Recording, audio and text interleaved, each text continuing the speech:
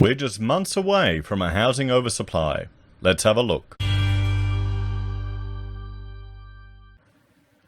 Hello everyone, Florian.Heise here, and welcome to another episode of HeiseSays. Grab your stein of coffee because I want to have a look at this article from news.com.au discussing Aussie housing demand and how it's expected to plunge, and inversely, we should then have an oversupply of housing. What do you think, everyone? What do you reckon? We'll see. We'll see. And housing, I'm imagining, I haven't read the article yet, but it would also include apartments, so we'll have to see. Australian housing is tipped to be in oversupply in coming years, which will have an impact on rent costs in some parts of the country. I could see that happening. We're already seeing an oversupply of apartments in certain parts of Brisbane. Just look at South Brisbane, everyone. You've also got a tremendous, impact on the apartment holiday let market due to all the Airbnbs flooding the market. International students, well, their numbers are down. There's only certain universities can afford to pay for all the costs of quarantining them. We'll have to see. That's all going to play through and have an effect on these properties, everyone. So the global COVID-19 pandemic has caused the biggest shock to population growth since early last century, triggering a forecast plunge in new demand for Australian housing coming next year.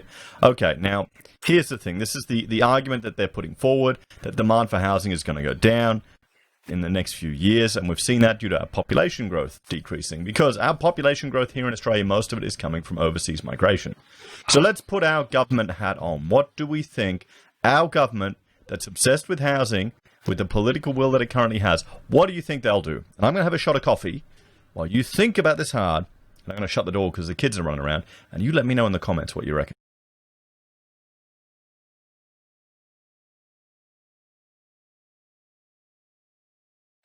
So have you thought about it, guys?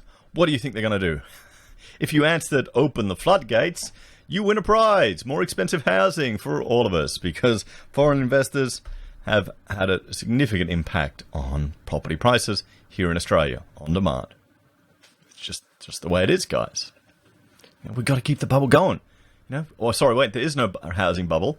We've just got houses always go up every 7 years. It's completely natural. While wages stagnate, of course houses are going to fly. While we enter in the first recession in 28 years, and the government introduces all of these interventions. JobKeeper propping up zombie businesses all around the country.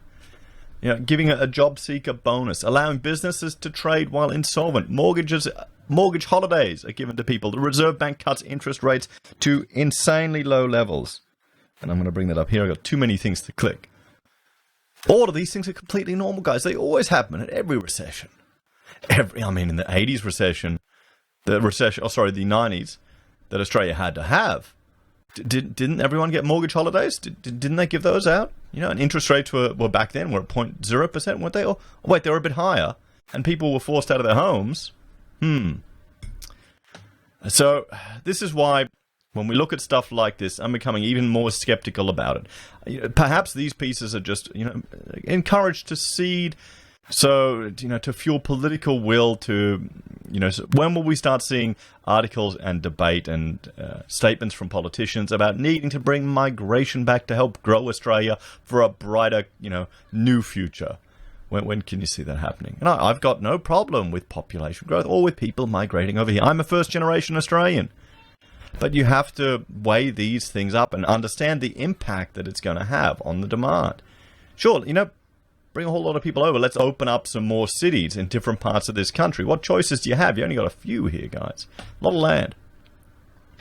So, anyway, back to this. That's the key finding of the first report by the federal government's newly formed National Housing Finance and Investment Corporation research team, who have provided a picture of the projected housing supply and demand balance to 2025. By then, almost 1 million fewer people than previously expected are predicted to be living in Australia, according to the report released on Tuesday.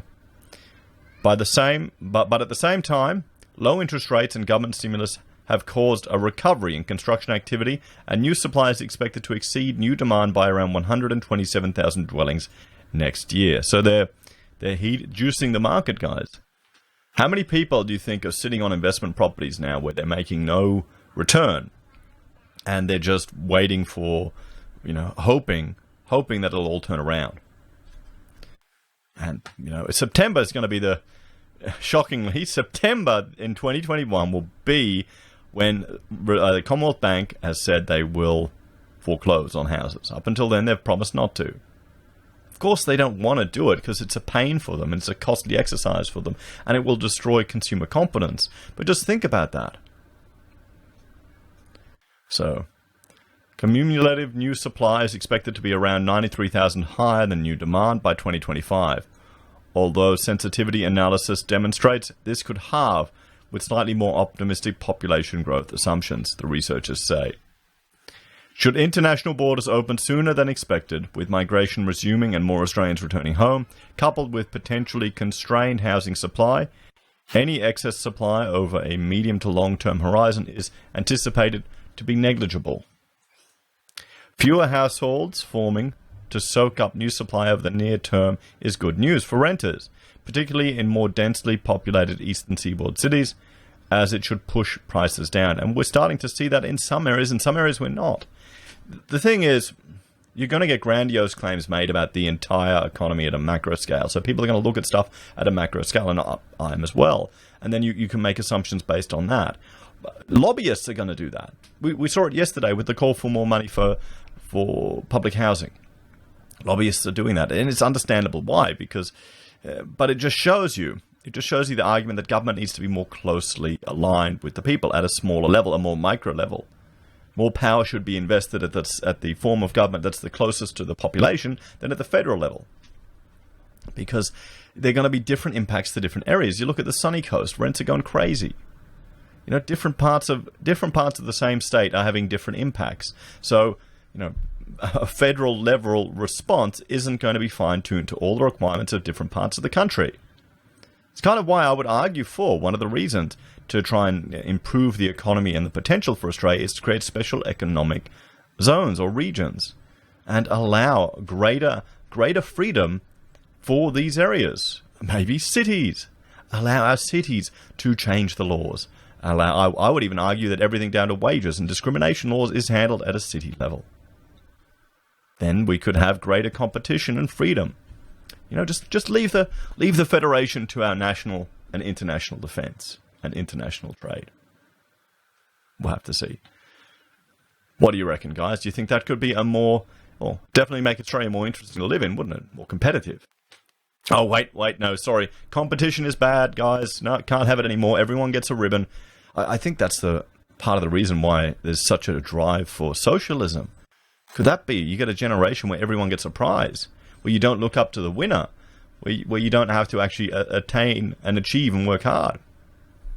So, there is likely to be downward pressure on rents in Sydney and Melbourne, where vacancy rates are higher, which could improve overall rental affordability, the researchers say. They say that in the long term, however, the trend of declining affordability, particularly for low-income renters and prospective first home buyers able to transition to home ownership, will likely persist. So here's the problem. Affordability is going to keep getting worse, everyone. That's why it is crucial for supply to respond to demand when it recovers and exceeds available dwellings, like beyond 2023, the researchers say. Well, we're not in a free market here with regards to our housing. There's complete intervention in it.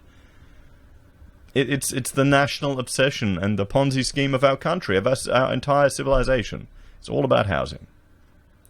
The outlook for housing demand, supply and affordability is ultimately dependent on the reopening of international borders, the path of future population growth, and the economic recovery, all of which are subject to an unusual degree of uncertainty, the report concludes. In some respects, the projected excess supply over the next 2 years can be seen as partial catch-up for long-term, more protracted periods of undersupply. So what do you think, everyone? Do you think we're going to start to see... here, they're saying here, housing affordability is going to continue to decline. For low-income renters and for people trying to get into their first home, it's going to get even more difficult. Will this even help them? Or will this just be used by the government to continue to, invite more people to Australia and, frankly, to prop up housing, prop up the economy, and it's doing a disservice to people coming over here. I've met people that have come over here, studied at a postgraduate master's level, and wound up having to work in an aged care facility just doing errands for people.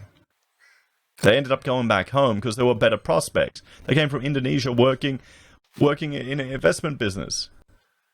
I don't think Australia has the opportunities that we tend to put on the table to people.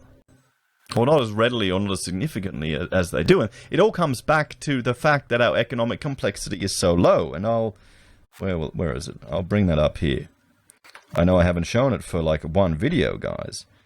But it's important. Because, I may harper on about the complexity of our economy. We're 73rd in the world. Everyone. But that's to do with the complexity of all of our manufacturing here, of what we export around the world.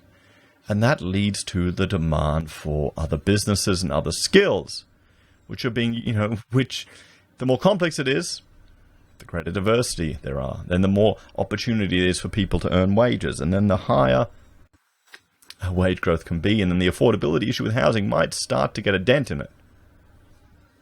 What do you reckon? What do you think about my suggestion? Having more political control down at a closer level to people and greater freedom at that probably city-state level. Let me know your thoughts and opinions on that one. If you're a fan of the channel, and you please like, share, and subscribe. If you want to support the content I create here, there's a few ways you can. You can join us on YouTube or Patreon. You can support us using our affiliate links at Amazon, eBay, Independent Reserve, or AussieBroadband. You can buy our merch from HeiseSays, use Gold Pass from the Perth Mint, or support us via PayPal. Take care, and I will see you all next time. Bye for now.